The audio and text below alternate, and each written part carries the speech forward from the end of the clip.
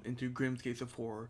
My name is Grimm, this is YouTube for all things horror movie related, and today I'm bringing you another episode of Little Wheels of Horrors. Now, if you don't know, Little Wheels of Horrors is a new series I'm trying where I spin a wheel full of a bunch of horror movies, and I spin it 5 times to get 5 movies, and then I review all 5 and then rank them from the worst to the best. So I'm gonna start with the worst, reviewing them from the worst to the best.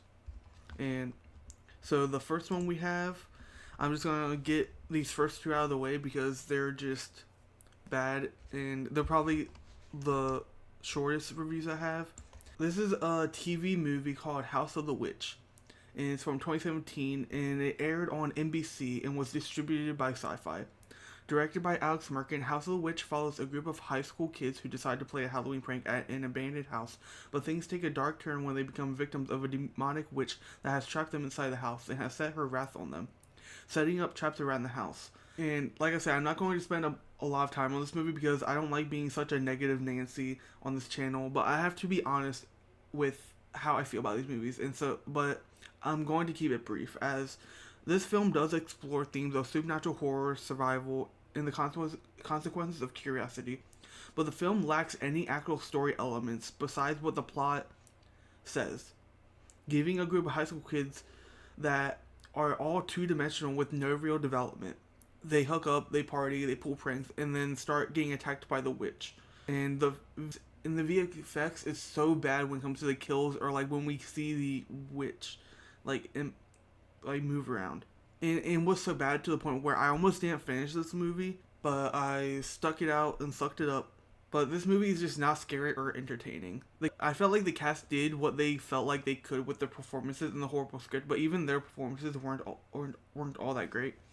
There was just no commitment at all from the writers and directors that it felt like, and there was just no passion put into this movie at all. And so overall, there's a reason this movie is available to rent for $179 on Prime Video. And it's so bad that not even Peacock won it on its platform, since it's an NBC Sci-Fi movie. So it would go on Peacock, but I guess they just didn't want to show this movie on there. So House of the Witch gets an F because of just how bad it really is. There's nothing more to really say about it. Coming in the 4th place, we have The Long Night. The Long Night is a horror film directed by Rich Ragsdale and follows a young couple, Grace, played by Scout Taylor-Compton, and Jack, played by Nolan Funk, who travel to Grace's hometown in the Deep South to uncover her mysterious past. The weekend takes a terrifying turn when they encounter a nightmarish cult led by the Master. As the cult's dark history is linked to Grace's past, the couple must fight to survive and prevent the ritual that could unleash hell on Earth. Now, that last part is a little over-exaggerated because because at first I was pretty interested with the premise and the creative things that the writers could do with this story and the premise and the different choices to make this movie entertaining, but unfortunately, this movie quickly lowered my expectations. One of the core themes in The Long Night is Grace's journey to uncover her true identity and heritage. As she searches for her missing parents, she begins to unravel the mystery of her origins and her dark destiny. And as she does reveal everything, every hint that we get to build up to the reveal is really vague and subtle, to the point where it felt like we were just going in circles, and after a while it felt like the writers were just hesitant about where to take the story, or they were scared about revealing too much. But at the end, it just made you confused and it was not satisfying. Once the masked cult does arrive, it feels like the plot is going in circles and isn't leading to anywhere, almost as if the writers were trying to use the time up to get to anything a bit entertaining, like a kill or a jump scare, as the film tries to rely on suspense and the fear of the unknown, but there isn't much substance to build that suspense. Performances from Scout and Nolan weren't that good either, which surprised me, especially since I did enjoy Scout in Rob Zombie's Halloween. Well, that's probably the only other thing I've seen her in since, besides this movie. Rich Ragsdale's direction feels mediocre as he tries nothing new or engaging, sticking to the trapped in a house horror formula and relying on masks and cheap jump scares, which just aren't enough to make an entertaining horror movie. Overall, your takeaway from The Long Night is to read the title and believe it, as the movie feels like a chore to watch and doesn't offer anything new or creative, providing an underdeveloped story and actors who, well, just can't act. I give The Long Night a D-. And so this video is about to turn around quickly because the next one is one of my favorite movies of all time, and it's called Little Monsters. And I'm just saying I might get a little emotional while talking about this movie because of how personal it is to me. So Little Monsters is a quirky and inventive fantasy comedy horror film hybrid directed by Richard Greenberg. It is also one of my favorite movies of all time because of its effect it's had on me since I was a kid. The story follows Brian Stevenson, played by Fred Savage, a boy who discovers a hidden world of monsters living under his bed. Maurice, played by Howie Mandel, yes, the Deal or No Deal host, a mischievous and friendly monster, introduces Brian to this bizarre realm where monsters play pranks on humans during the night. But things take a darker turn when Brian realizes the monster world has its own dangers, especially with the villainous Snick lurking around. Brian and his new friend Maurice must navigate the eerie world and save Brian's kidnapped younger brother Eric, who is also played by Ben Savage. Now, the reason I hold this movie so dearly and why it's so nostalgic is because when I was about 7 years old, my grandmother, who died when I was 7, and watching this movie with my grandmother was one of my only memories that I really remember, because like once you get older, those like images of them or like those memories start to like blur or get faded. But this is one of those like memories that has like stuck with me for like so many years. And I remember watching this movie with her around Halloween. I believe we were watching Yo Gabba Gabba before we turned on this movie, which is so weird, but that's just what happened. But I remember really enjoying this movie, and the ending always makes me tear up. Like I remember watching this for the first time with my grandmother, and I just started like tearing up because of the ending and everything. And that's because Brian's evolving relationship with Maurice is a testament to the importance of friendship. Despite Maurice being a monster, he shows kindness and loyalty to Brian, breaking the stereotype of monsters being evil. I actually thought about this movie a lot while watching Beetlejuice for the first time last year. Before I watched, because the personalities of Maurice and Beetlejuice are similar, but Maurice is more friendly and an immature goofball, while Beetlejuice is more perverted and he is the antagonist of Beetlejuice. Brian and Maurice's bond is tested through various challenges, demonstrating that true friendship can go beyond unusual circumstances. Brian's journey is symbolic of a coming-of-age story. At first, he's a regular kid dealing with typical childhood fears and problems like moving to a new town, going to a new school, also getting in trouble a lot, hearing his parents fight, and them thinking of separating. But as he ventures into the monster world, he learns to confront his fears head on, and he uses it as an escape from the real world. But he also learns to confront his fears head on from his troubles in the monster world.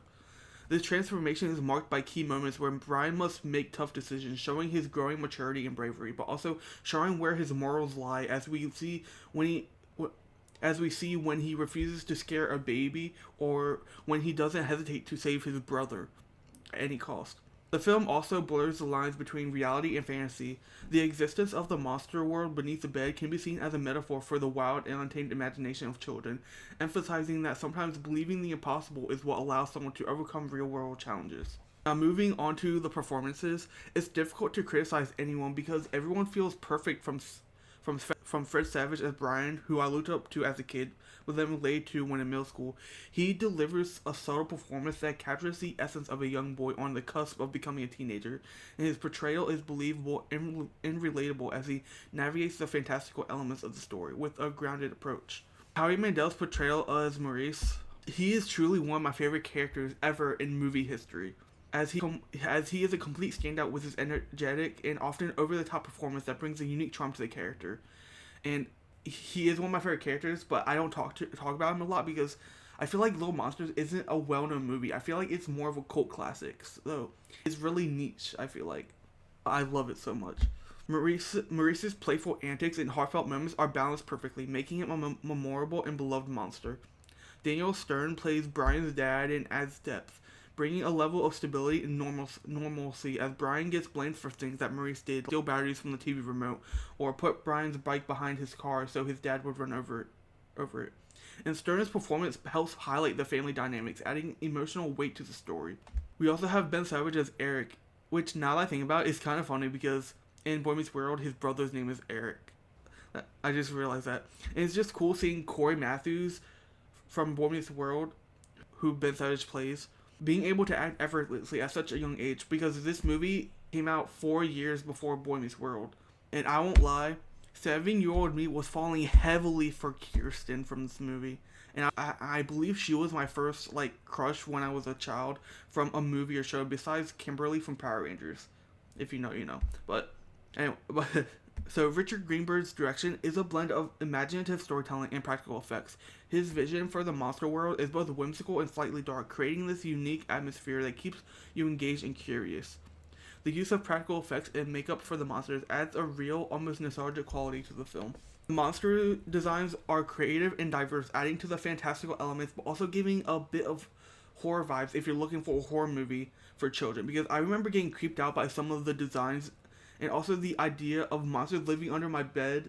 I remember, like, having to look under my bed, like, every night, like, and, like, just, like, I would, like, if I had to get up to like the bathroom in the middle of the night, I would like leap onto my bed so that someone couldn't grab me from under my bed or something.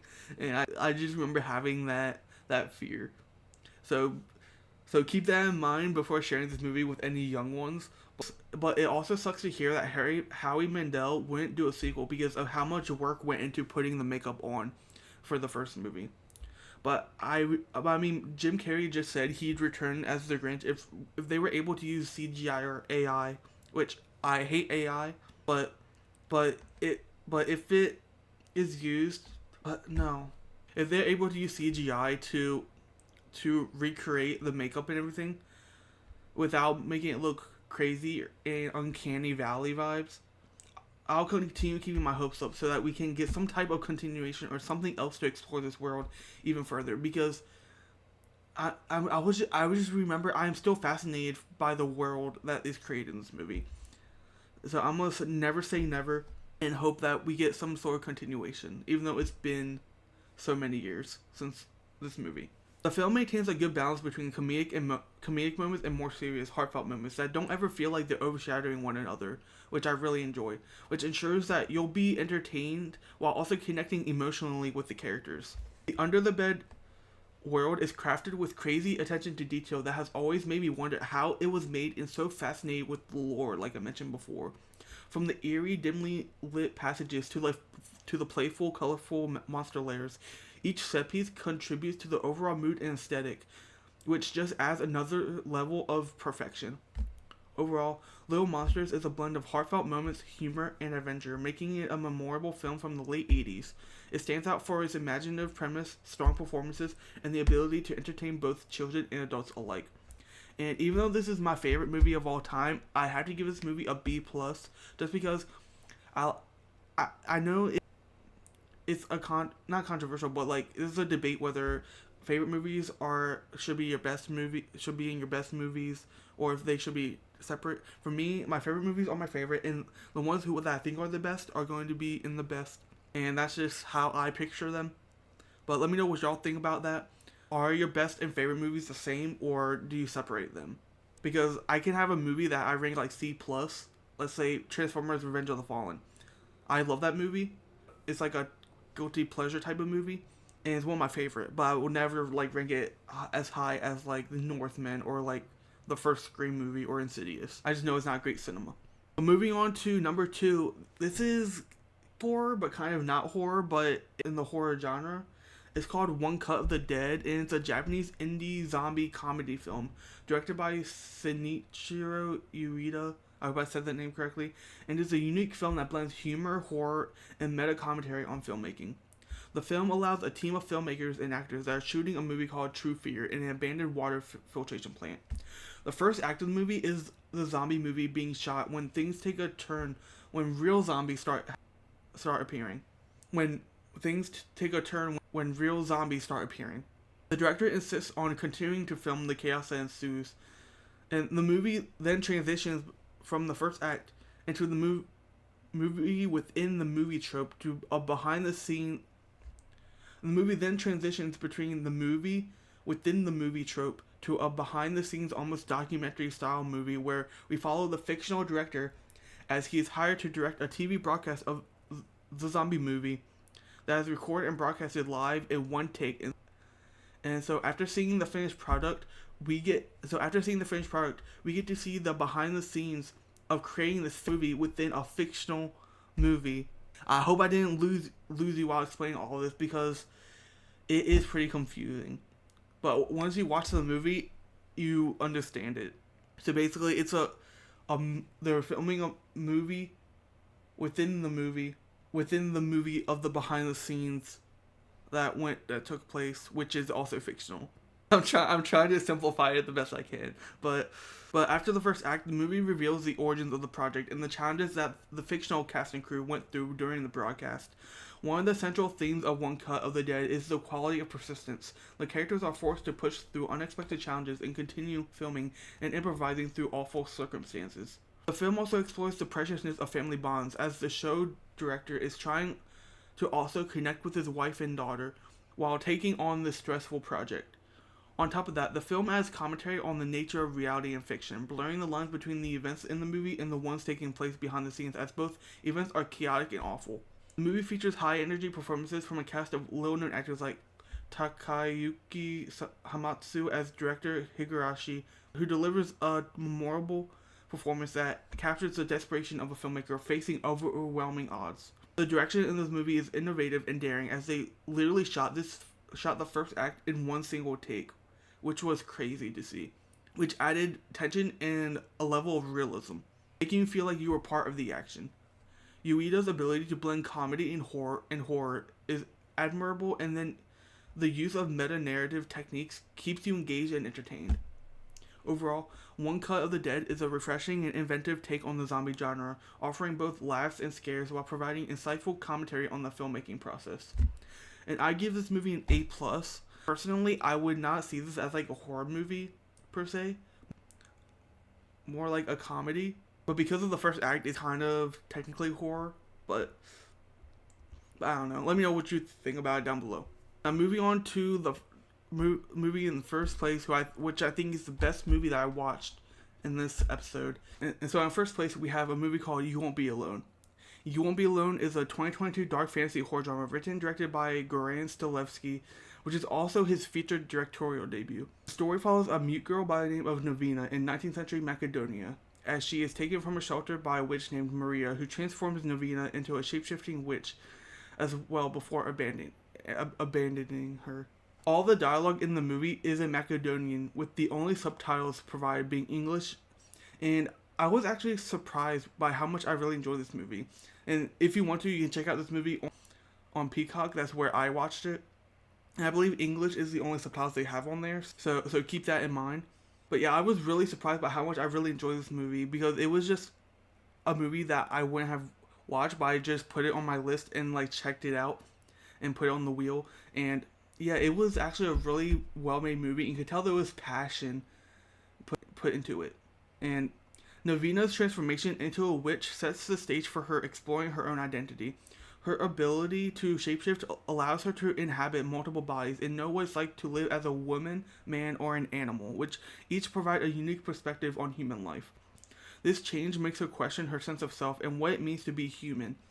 The relationship between Novina and Maria is central to the narrative, as after the first act, Maria serves as a twisted mother figure for Novina, and Maria, who is also known as the Wolf Eateress, which is an urban legend in Finnish folklore and is told to be the origin of some diseases as well as the origin of snakes, lizards, and wolves, and is told to be a wicked mother in old folk tales, similar to folklore figures as the Baba Yaga in Russian folklore.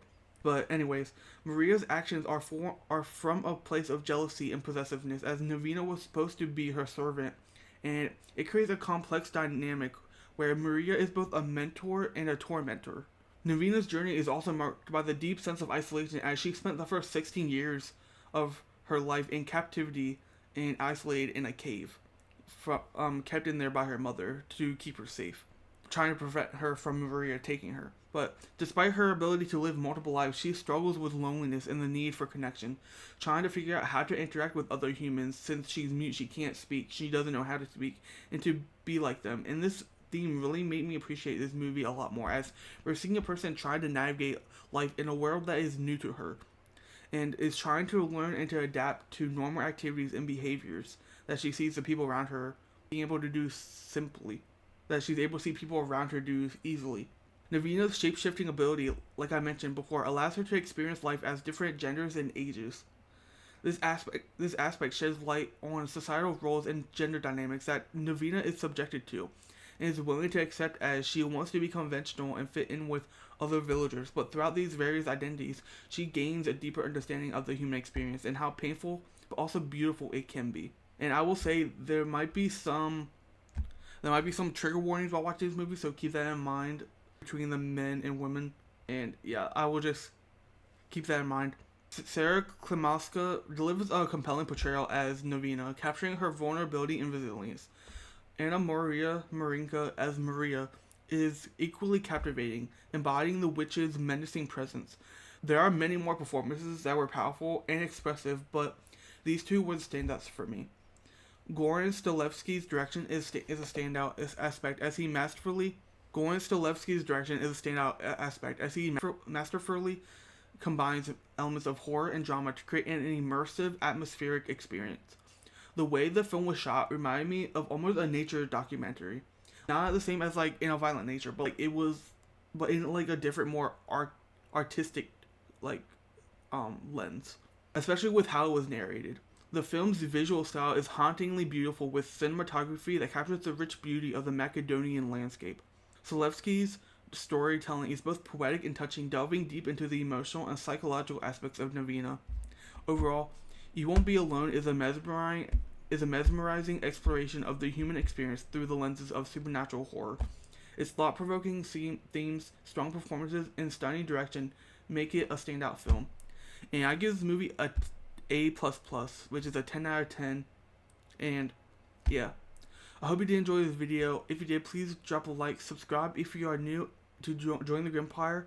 I turn post notifications on to get notified when I do post again. And let me know if you're enjoying this new series so far, if you're liking it, if you're not liking it. I really like some feedback, some criticism on what I'm doing wrong, what I can work better on. I really would like some constructive feedback. And I'll also have my socials down below in the description so that you can follow me. I'm mostly active on Blue Sky. I'm being more active on Instagram now since I don't have TikTok right now. But I should be uploading on TikTok very soon, so stick around to that, hopefully, if it doesn't get banned again. And if I can download it back onto my phone. So make sure to still go follow me over there for when I start to post again. So if you're looking forward to checking out You Won't Be Alone, One Cut of the Dead, Little Monsters, The Long Night, or House of the Witch, check them out in the description right now.